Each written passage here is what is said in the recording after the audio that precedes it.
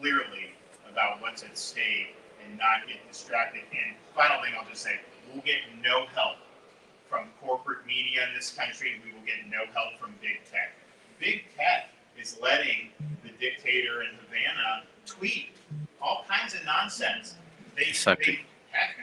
I try to put out videos with scientists about kids wearing masks in school, and they censor me. They took down the president of the United States. They put them on the scale when they want to, and they're making a conscious decision to basically allow the regime to elevate itself and be able to do it. So we're not going to get help from big tech. We're not going to get help from corporate media entities like NBC or CNN, and you can expect them to do all they can to run interference for the regime. So that's where we're at. We've got a lot of stuff. There's going to be a lot of folks who are going to want to muddy the waters here. But my view is that when you speak the truth with conviction, courage, and clarity, that is more powerful than all the tech companies in the world. And so we just got to stand together and let our voices heard. So we're going to go around and hear from some great folks. So we'll hear from the Lieutenant Governor, and then we'll hear from Miriam and some of the other great people around here. Okay. Well, good afternoon. Thank you, Governor. Thank you all so much for being here. It's such an honor to be with so many heroes, leaders, those that have fought the good fight, that have aligned with freedom in Cuba. And Governor, I think that we really deserve a round of applause, because there is no governor that has been stauncher on the side of democracy than this man right here.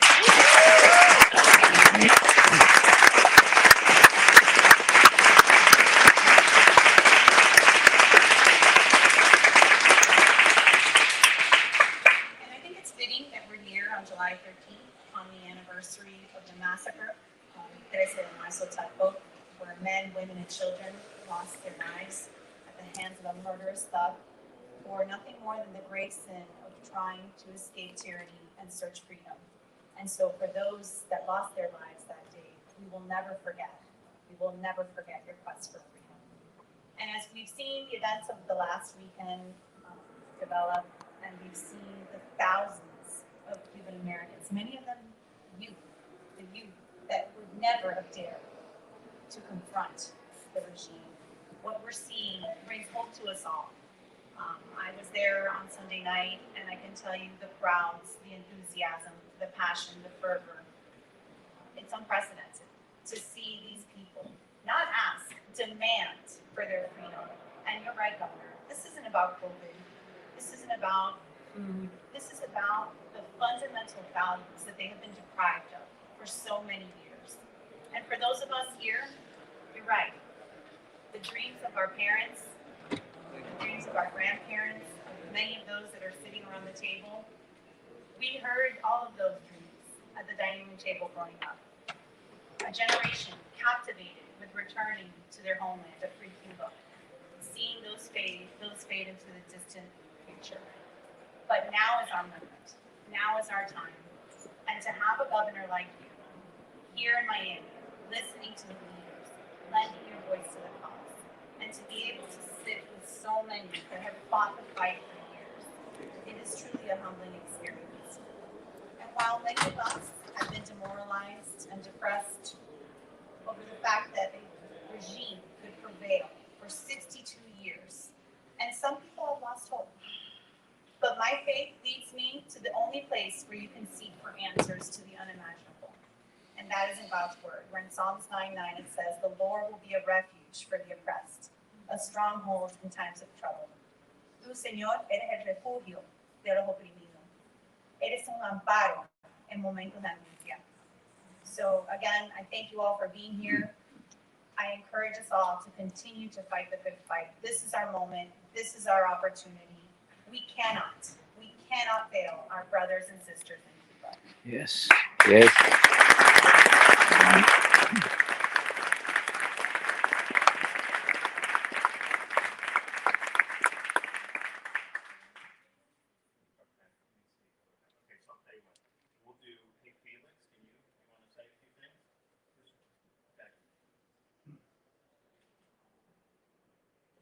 Governor, I think this is a very important situation in the history of our nation. What happened on Sunday was unexpected. We have to analyze what really happened on Sunday, it was not organized by anybody. It was a spontaneous situation of a city, one city, who could not stand the regime anymore. From that city, pictures start coming out all over Cuba. And unbelievable, every single of those times, about 30 of them, exploded. This gives us the understanding of how is the situation in Cuba, how the Cuban people feel. We are at the edge of a really explosion of the Cuban people, and we have to be able to exploit them. It is very important that we can use our officials in Washington to get the technology that I know exists to be able to provide the Cuban people the access to the internet, which is the most important thing.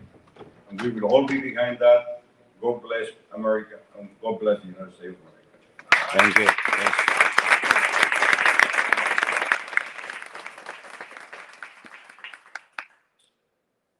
I agree that what happened Sunday is not expected, but what is happening Monday and today was expected, and that is that the regime has come out attacking the brutally attacking the protesters to the point where there have been people that have been shot at.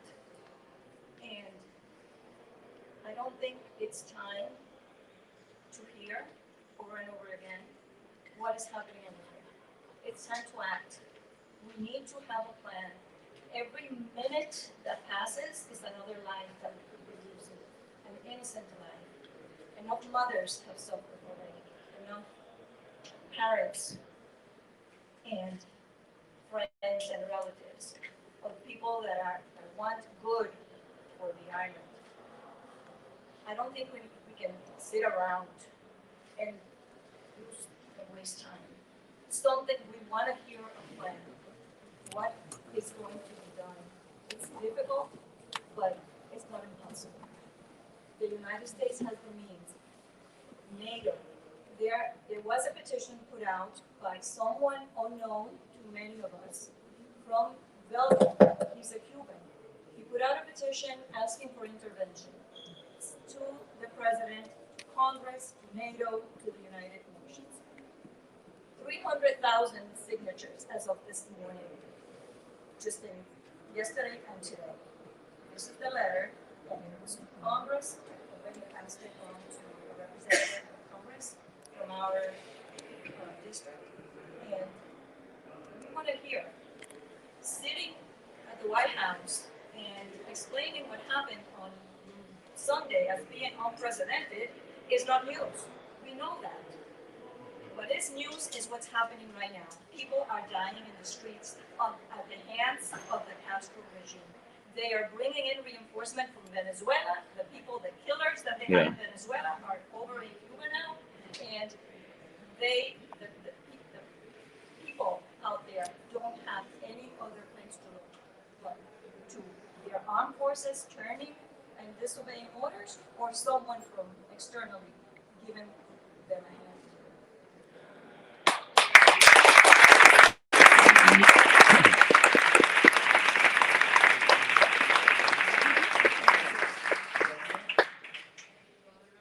Thank you very much for being here today, Governor Desantis, Lieutenant Governor Nunes, and all the elected officials and parts of the Cuban community and other communities with whom we share this beautiful city of Miami, where so many dreams have been fulfilled and so many sadness has been left behind. I believe we are living historical moments, undoubtedly, in Cuba and for the Cuban people. The Cuban people are hungry, but they're not hungry for food. They're hungry for freedom, fundamental rights, for being able to raise their families, to do what they want, to think what they want, to be free, something that we know very well here and that we defend with all our heart. So that's why I believe that the moment for Cuba is now. What we've seen throughout the island, from one end of the island to the other, is the Cuban people, in its majority, the youth of Cuba, in its majority, what are they asking for? What are they demanding? They're demanding freedom. They are demanding an end to the dictatorship. They are demanding a new Cuba. They are waiting for our solidarity. And they're out there in the streets being violently repressed, being even shot, and being violently handled, while the whole world is looking at something that has not stopped. They have lost, as they have said and repeated, we are not afraid. So we, at this moment in time, we need to stand with them. We need to firmly stand with the aspirations of the Cuban people. It's been 62 years already. There have been so many opportunities and so many wasted opportunities. What different would the history be if we had dealt at the time we needed to deal with this in 1961 with the Bay of Pigs invasion, when the air cover was taken away from the Cuban patriots that were there defending freedom for our country. So, there are a lot of things we can do. We can talk, but I think that more than talk, we need actions. And we need actions that define our position as the bastion of freedom and democracy in the world. We need active intervention of the international community to avoid a bloodbath in Cuba, led by the United States, firmly standing beside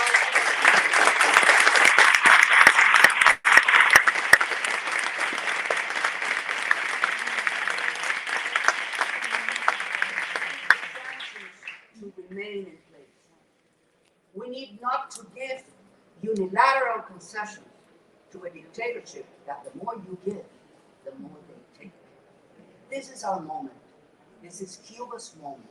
So I entrust you, Governor Desantis, Lieutenant Governor Núñez, all our elected officials, and all freedom-loving people from Nicaragua, from Venezuela, from everywhere we're seeing in our hemisphere, which peace is also threatened by what started in Cuba 62 years ago, that has gone throughout the rest of the region, even undermining our American values. So thank you very much for hearing me out and for inviting me to this very important meeting. Thank you.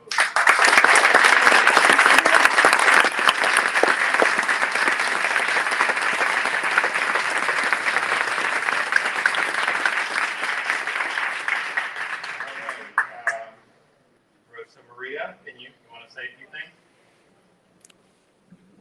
Thank you so much, Governor, Lieutenant Governor, all the elected officials that are here with us today. I'm not even an American citizen, so I'm very humbled to be here and to hear so many voices from this country that are mainly also from my country, but from this country are investing so much in helping our people. So thank you very much. And there have been said everything that is important. More than 45 between among towns and cities rise up on Sunday, and those protests continue on Monday and continue today, even despite the repression, the brutal repression that have been implemented by the regime right now on the island.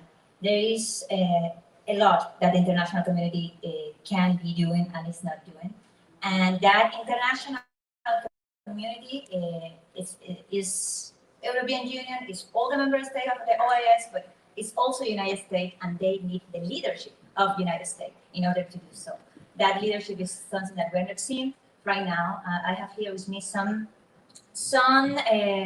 points that of course are also in support of everything that has been said already. It's very important, the fact that the United States has the capacity to give communication to the Cuban people right now.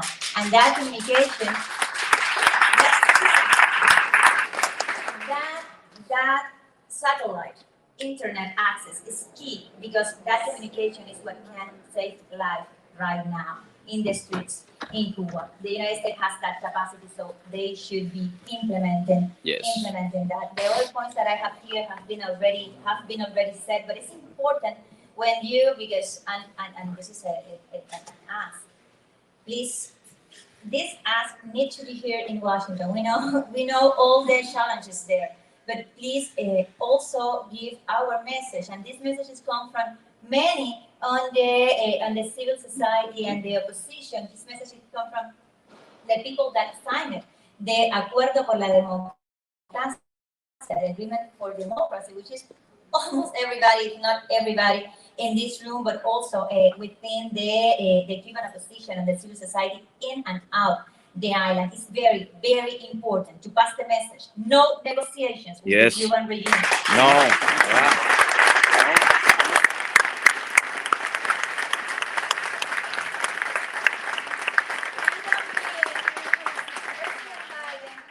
Anyone in the international community speaking for us. The Cuban people is already speaking very loud and clear in the streets. They Yes. want the end of the dictatorship. They want freedom. They were screaming freedom, freedom, freedom. No one is entitled to diminish that or to try to change that message because it's very clear and loud, and the Cuban people is taking the risk or saying that. Of course, there are very clear conditions, and conditions as the liberation of the political prisoners, conditions as the end of the repression. That should be demands of the American administration, demands that should be also carried to the OAS and all the member states of the OAS, because they have the responsibility of actually protecting the right to democracy of all the peoples of the America. And we should be also demanding from the inter-American system action and from our sister republics in the hemisphere some action, and that requires the leadership of the United States. Targeting sanctions to the individuals that right now are ordering the military to shoot against people, Yes. against young people, against kids. There was a kid, 13 years old, killed yesterday in the streets of Las Tunas in Cuba. Why? Why so many enterprises are still doing business with the Cuban regime? It is important to demand.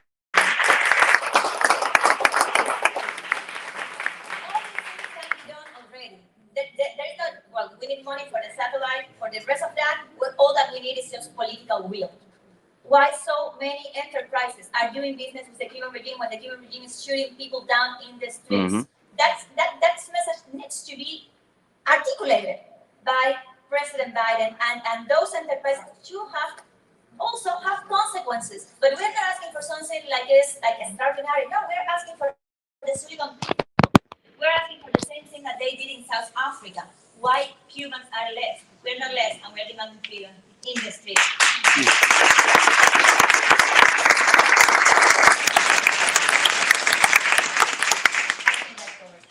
Great job. Okay. All right. Trujillo, Ambassador Trujillo, welcome. Thank you, Governor. It's an honor to be here with you today, and Lieutenant Governor, it's always great to see you. Marcel, thank you for the invitation. I think in American history, we oftentimes fail to teach our children the importance of history, the importance of democracy. We oftentimes at universities see students walking away with chicken parachutes. I always tell people, instead of having your chicken parachute, you should wear a pink parachute. Because there's a lot of people in this world. Yes. True patriots fight every single day for democracy. Being here, being home, it's an honor to be amongst a lot of you because I know what you stand for. But seeing where we are today, I think it's a dichotomy of policies. We saw the appeasement policy when it did under Obama. The fact that we think we're going to placate the totalitarian regimes and somehow they'll begin to respect human rights. And we know that that did not work. And then we saw the policy of maximum confrontation, a policy of strangulation, a policy of sanctions. When there is no gas on the island today that's causing pressure on the regime, those were the sanctions of the last administration, cutting off the fuel supply for Venezuela. When there is no cash on the island today, it's because we restricted remittances. When there's no direct foreign investment today, it's because we canceled a lot of the tourism programs. So I think as we review these policies going forward, you already hear the narrative that this is a humanitarian crisis. There's not a single person asking for food or vaccine. Every single person is asking for food. It's not a humanitarian crisis, it's a political crisis. Yes.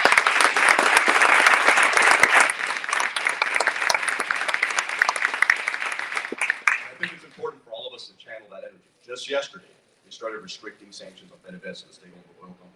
Mm-hmm. Mm-hmm. Just think about giving Venezuelan Communist Party more money. What would that do? I think it's incumbent upon everyone here to continue to demand that not only do we continue with the sanctions, but we double down. Democracy and human rights shouldn't be a part of it. Every single freedom-loving American should fight it. And as we look as these sanctions are constantly being lobbied and reapproached, there are companies that have not just miles from here. They used to love traveling to Cuba and partying. So they were stopped at massive expansion. Those companies should have a moral responsibility, especially in the world of this cancel culture, that they should not do any business with the Cuban Communist Party. And if they do, all the elected officials in this room should hold them accountable. Thank you.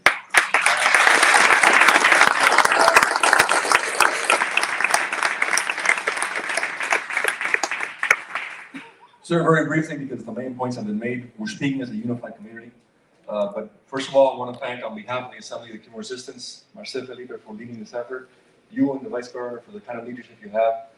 We greatly respect and admire you because you're one of the leaders in America today who calls things as they are, and you have the moral backbone to follow through. So I will very briefly recommend what we see as a unified community, as a unified resistance.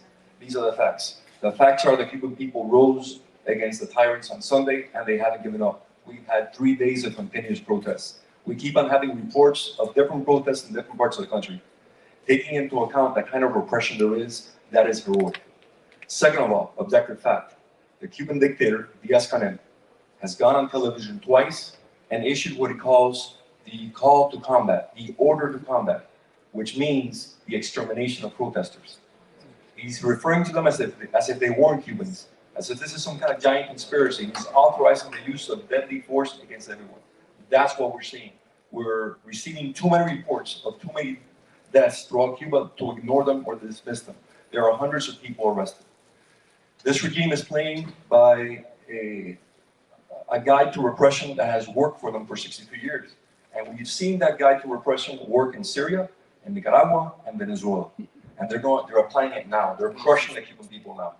In the face of that bloodshed. And you look around this table, the people you invited here, we have Rosa Maria, whose father was murdered by that regime.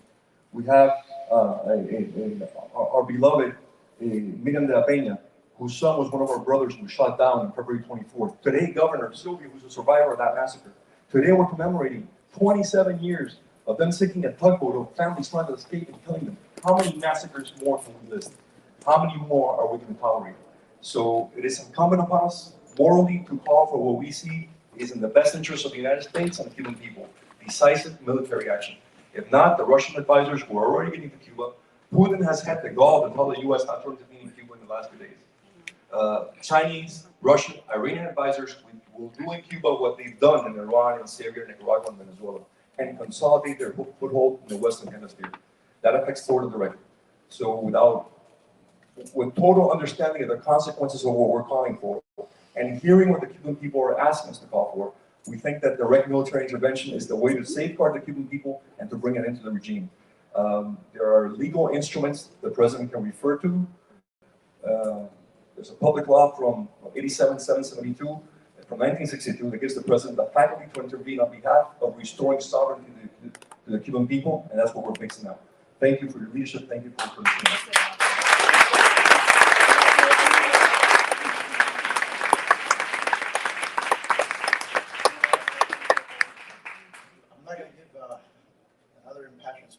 We are very impassioned people. Each one of us is a tremendous orator for that subject. But as we have the opportunity to have elected officials sitting here with us, we'll go over some key points that I think are relevant for you guys as you make policy.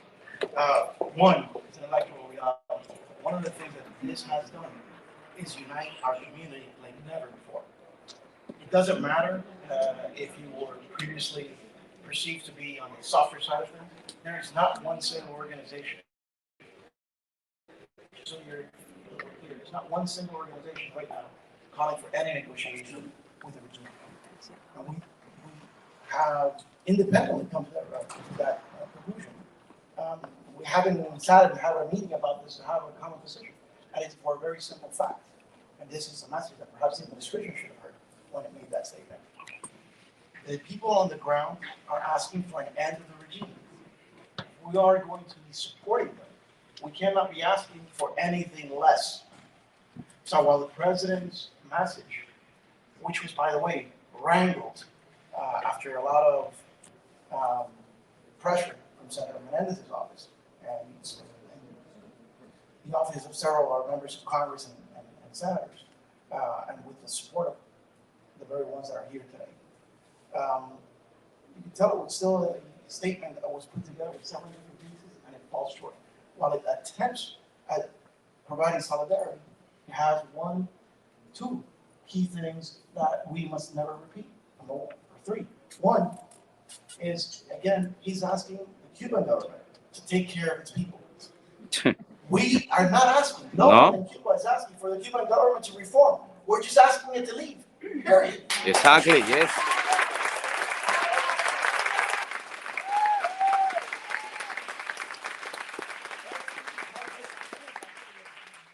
Every public message, as elected officials, you guys draw attention, camera follow. Every public message has to convey that. That's a very, very key point. A very sister point to that is when you speak, you don't speak to the Cuban government. You speak to the Cuban people. Exactly. And if anything, to the Cuban armed forces. The Cuban people have already spoken. They've hedged their best. They've taken their position. It is now time for the Cuban military to decide if they want to be the heroes of a new republic or if they want to be the oppressors of the last republic. That's the choice for them. The Cuban government plays no part in this. The Cuban government is the problem. They cannot be part of the solution. That's another key point to keep in mind as we're developing this. And again, I've spoken with all of the organizations from different spectrums. Everyone's united on these messages. This is not an Inspire America platform or a directorial platform or Cuba Decide platform. These are basic things. And one other small nuanced thing. Oh, a couple more than one. Their freedom to peacefully protest. That statement applies very well in democracy, where the government gives you options to effectuate change. They're called elections. But when the government gives you no options, then we cannot be limited to peaceful protests. American patriots were not limited to peaceful protests when we declared independence from the United Kingdom. So it was very clear on that nuance. Things will get worse, and when they get worse, we can't be going back to this concept of holding them to a different standard than what the regime is currently proposing. Two other things that are on the horizon and that I think are particularly important for Florida and Florida elected officials. One of the things the regime has always done in these times is open up the floodgates. That's why many of us are here from every single generation for the last 62 years. And it is always a politically sensitive issue because how do you say we don't want immigration?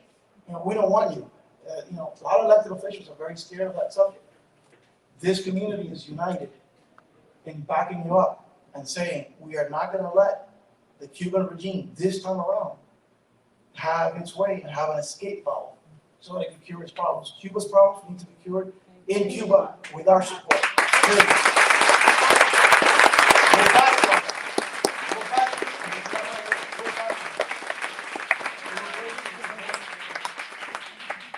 And I'd like to close by reiterating something that Senator Rubio said, Rosa has said, and everyone here has said, the importance of internet to the island. SpaceX has the ability to do this. Yes. Space Data is another company that has the ability to do this. Google has the ability to do this. We've worked with them. When Tomás Legarao was at Radio Marti, we began that project. With his departure, it got put on hold, but it's there, and it can be done. And I'm sure our military has the ability to do this. They're having an information blockade, which is the most important weapon they can have. It's against communism. Their worst fear and our biggest weapon isn't guns, it's the truth. If we can let that and bring it over to Cuba, we've got it made. Thank you. We'll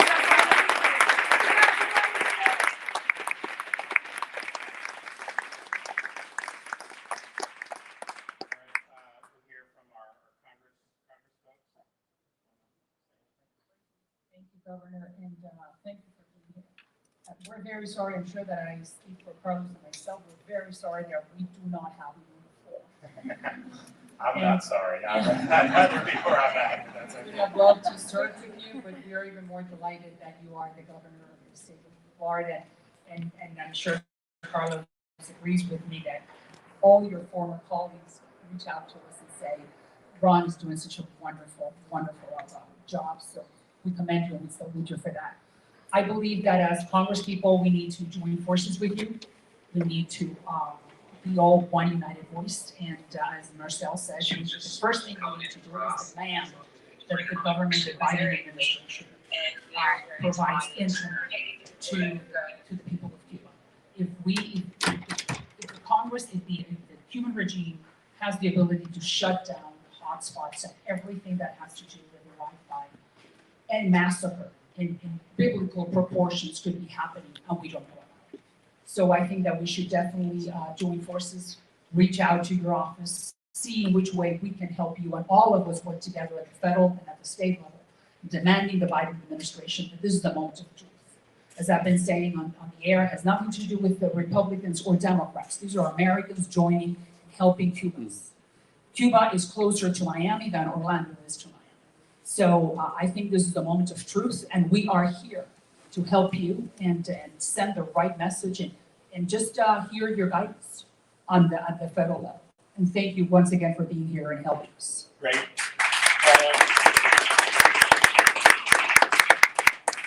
Thank you, Governor. Thank you for having this meeting, this roundtable here. It's important, I think, for Maria Vida and I to, as the federal officials here, to listen to the ideas of and what it is that we need to do in order to have Cuba, which is our dream. Outside, I think I'm one of the few members of Congress actually born in Cuba. Okay, there may be another member, actually a Democrat from New Jersey, that was actually born in Cuba, and then I think Bob Menendez was probably born in Cuba. But today I spoke with the State Department and asked questions and also gave comments as to what I thought should be done. Number one, no negotiations with the Cuban government at all, zero. Limiting access to credit for the Cuban government. The Cuban government now has a very limited access to credit around the world because simply they don't pay their bills. They don't pay their bills because they run a communist system, which is a failed system and failed economic system, which is failing their people, failing to provide them with the basic necessities that they need for everyday life. And so for us, there should be no lifeline whatsoever to this critical economic crisis that Cuba faces today because of the fact that they don't pay their bills. I asked about the technology does the technology exist to assure that the people of Cuba have access to internet? Interesting that the State Department doesn't know the technology exists. Okay.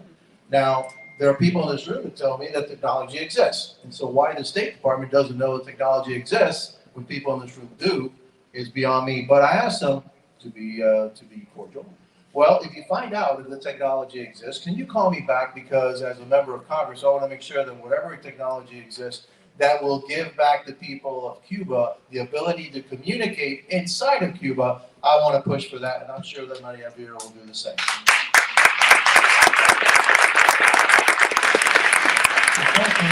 I believe that's key.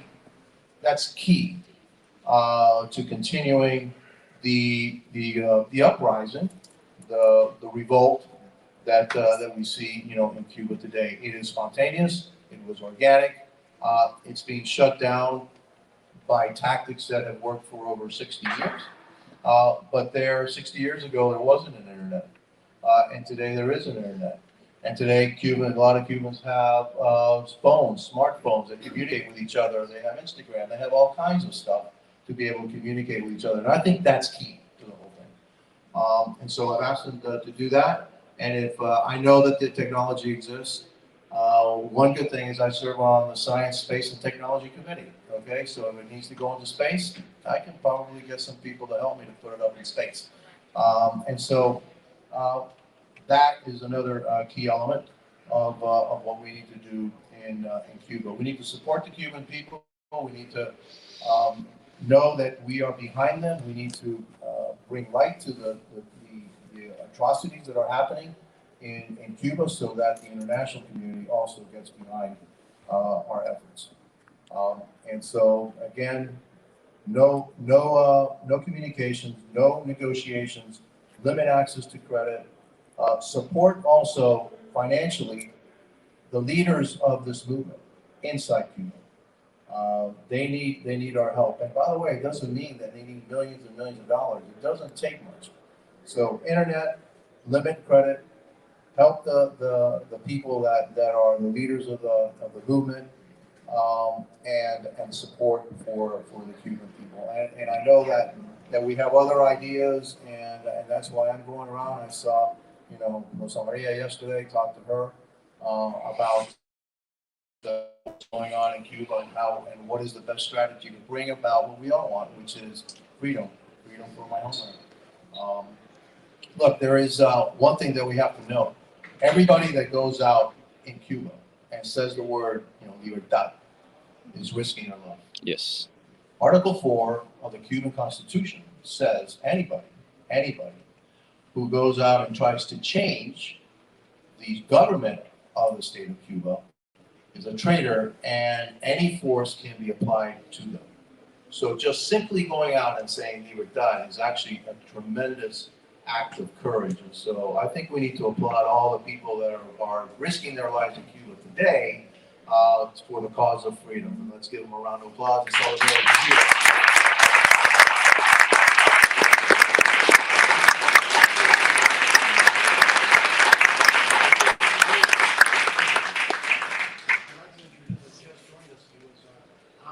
Versailles. Antunes, el León de Placetas. Antunes spent 17 years in prison and has his scars to do it. Tienen ahí las cicatrices, muéstrase.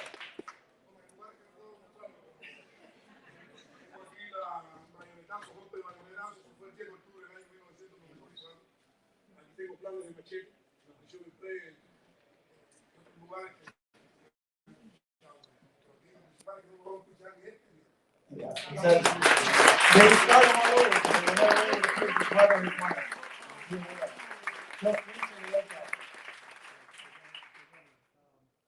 You have my support. The people of Cuba have my support. I know we can count on Maria Vida and other members of Congress. And we actually, I think we have bilateral support on the Cuban cause. And so we need to leverage that. And leverage that with the Biden administration, make sure that they don't make the mistakes of the past, and give the Cuban dictatorship, the Cuban regime, a lifeline now when they're in dire straits. And let's throw them an anchor, not a lifeline. You should be one of those voices because we have been hearing, I'm in the Foreign Relations Committee, and unfortunately, we just read the statement from Chairman Meeks, was saying that what was happening on the streets of Cuba was because of lack of vaccine. Oh my God. And I reached out to Alcides, who is the person that Carlos was referring to. We definitely need your leadership because you are not only the governor of the state of Florida, you're a very important, very well-respected figure within the Republican Party. And we do need you as much as we can help you. So what Carlos is saying is because our concern is that the Biden administration may not read the signs that we're reading as clearly as we are. So we got to remind them. I think that the best way is not to put them against the wall, but just to tell them that we are here guiding or giving them guidance as to what are the statements that need to be made. Because what Meek said was completely unacceptable. Finally, Governor, I wrote a letter to President Biden today asking for him to remove Julie Chung. Yes. Position in Yes. Yes.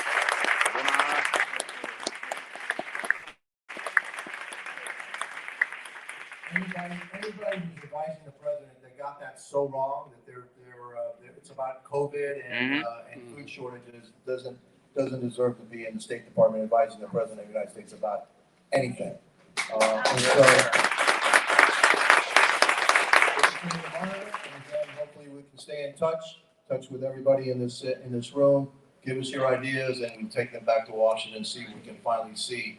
My dream is to go back to see the places where I lived, the places where I was born, the place where I was born, my ranch in Manzanillo, my apartment building in Havana, which, by the way, is about destroyed. It's unbelievable what they've done to it. But you know, I yearn to go back to my homeland and just see the places.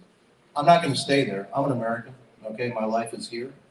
But I certainly would love to help rebuild, you know, my country as well. Yes.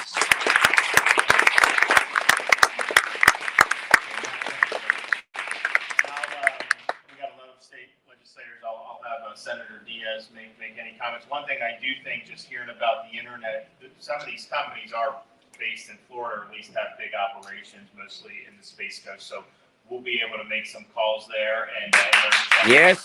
Yes.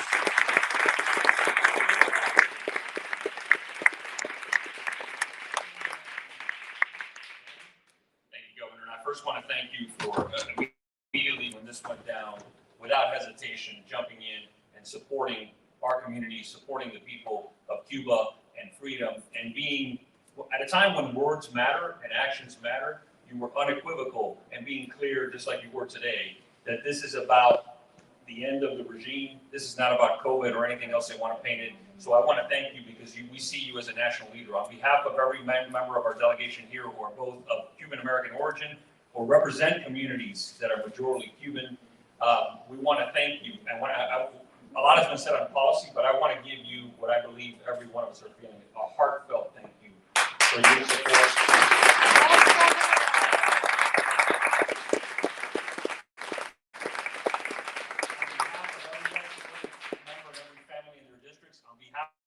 Every single member of the exile community that is here today, whether on the table behind or outside, because of the struggles they have gone through throughout the years, the fight that they have put forward has been 60 years.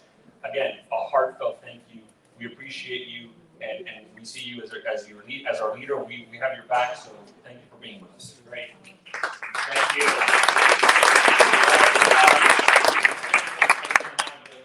At some point, okay, so I think they're going to probably rustle up some media, and I'll make a few comments, and maybe we'll have a couple more folks just reiterate this. Is there any issues that have not been discussed that any of you think are important that we should know? Okay, yes.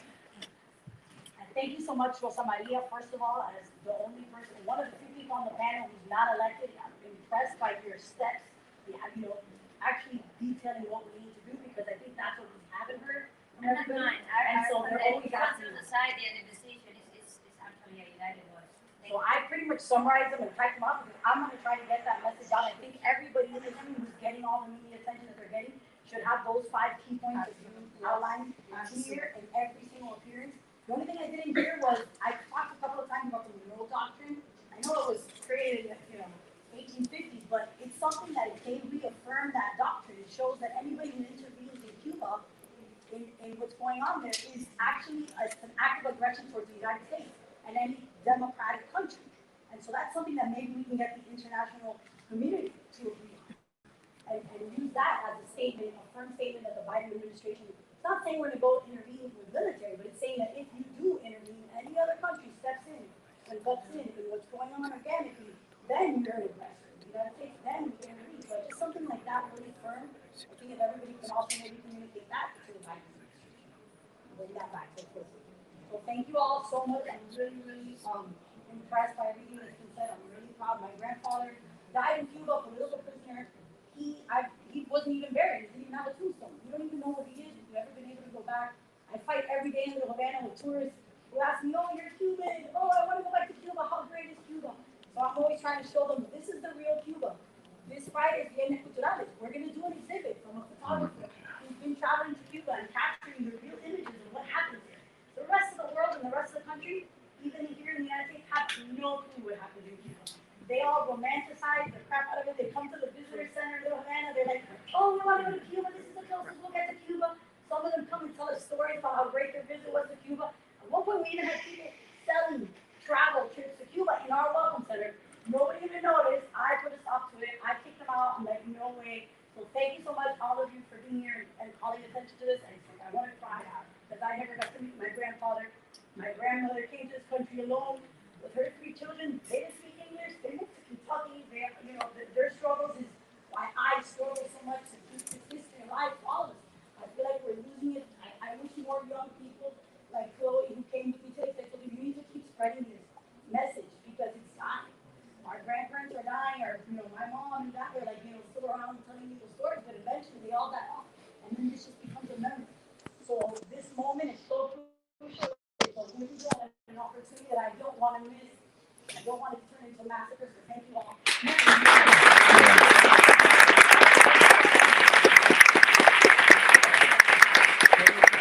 There was somebody that was supposed to be at the table that gave up graciously his seat. She is COO of America TV. I don't know if he has any comment.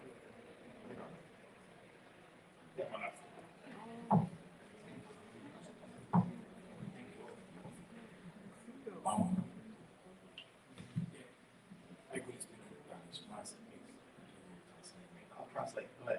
Go ahead. Recuerdo cuando estuvimos en la oficina del congresista. It reminds when we visited you in DC. Y He desde speaks more entonces, Spanish than he lets on. I know. Y recuerdo que desde que lo vi, se lo comenté a Marcel en Hotel Solidario. Usted es el líder que nosotros hoy aquí en el estado de la Florida. Es verdad que la política exterior la dicta el gobierno federal. It's true that the foreign policy is dictated by the federal government. Pero usted es nuestro gobernador But you're our governor. de 1 millón de cubanos. Of a million Y Cubans. un problema en Cuba es un problema de política exterior. And the Y problem no hay in Cuba nadie, no is hay a problem nadie of foreign policy. But there's no one que tenga la posibilidad that has the possibility de llamar al presidente de los Estados Unidos y decirle, acabo de estar con los cubanos en Miami. that can tell the president, I just spent time with Cubans in Miami. No one else knows. Primero, suscribo todo lo que se ha dicho aquí en 1000%. I agree with everything that's been said here, 1000%. Y no voy a repetir lo que I'm not going to repeat it. tan mente brillante y compatriotas han dicho. It really applies. Pero una cosa que se le puede pedir a Washington, y lo comentaba ayer con Rosa María, que One other thing that could be le apliquen asked a of Díaz Washington, Canel y a todos los que están reprimiendo en la calle la ley Magnitsky. to apply the Magnitsky law to Díaz Canel and everyone else. Giving them protection. Organized crime. El Departamento de Estado no puede seguir esperando. Eso tiene que ser un anuncio ya esta That semana. has to be. Yo tengo las pruebas aquí de hoy. Nosotros tenemos las imágenes hoy, no ayer, hoy, ahora. Y esa es una herramienta porque la evidencia existe. No hay que esperar nada. La evidencia está en The evidence is there, it exists. The TV station, they have the images. They have to proceed immediately. Número 2. Hace unos meses, la Casa Blanca en una conferencia de prensa dijo que el cambio de política hacia Cuba y el tema de Cuba no era una prioridad. Hoy no es una prioridad. Esto es un asunto de seguridad nacional. A couple of months ago, the White House said that changing its Cuba policy wasn't a priority. Now it's not only not a priority, it's a matter of national security, an urgency of national security. Y cualquier asunto que trate Díaz Canel, que ya lo ha manejado, y el régimen de Raúl Castro es el jefe, señor, de provocar de nuevo un éxodo, eso tiene que ser considerado un acto hostil, un acto de guerra. And any attempt to provoke another exodus has to be Ahí declared a hostile act. ahí está la base naval de Guantánamo, María Elvira que está aquí, y Mario Díaz Balart. Ellos promovieron una iniciativa de ley para el asunto de la reunificación familiar. Ahí está congelada, ¿no, María Elvira? Ahí está congelada.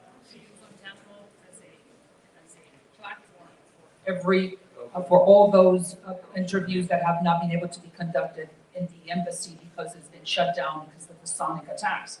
Mario Diaz-Balart was the originator of this law, where we were inviting the Cuban government and the administration to open up its doors, Guantanamo doors, so the Cubans could go and do the final interview before they got their humanitarian visas. We know obviously what the answer was going to be. It's too convenient. Obviously, they didn't even answer, but I think it was a good initiative. Traduzco, mire.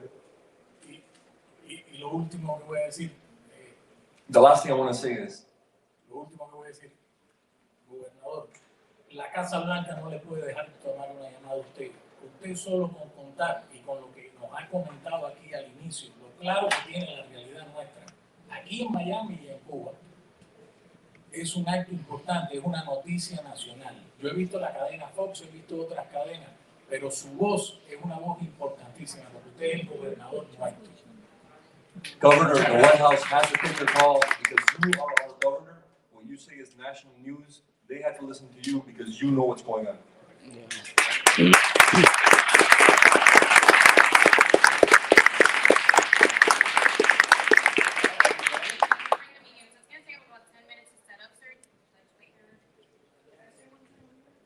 so I mean, people can still, talk and just, so why don't you bring them in and then you guys can say what you want.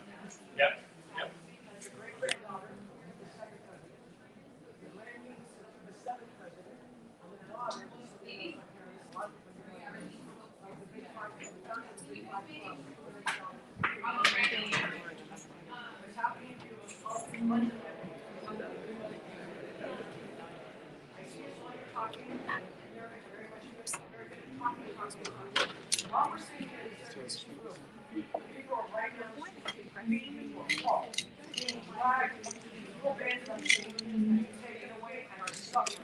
We cannot spend now days and weeks and months talking about this. We need to do this yes now. We need to get the arms to the people that are there. Nobody wants to talk about our, those poor people are sitting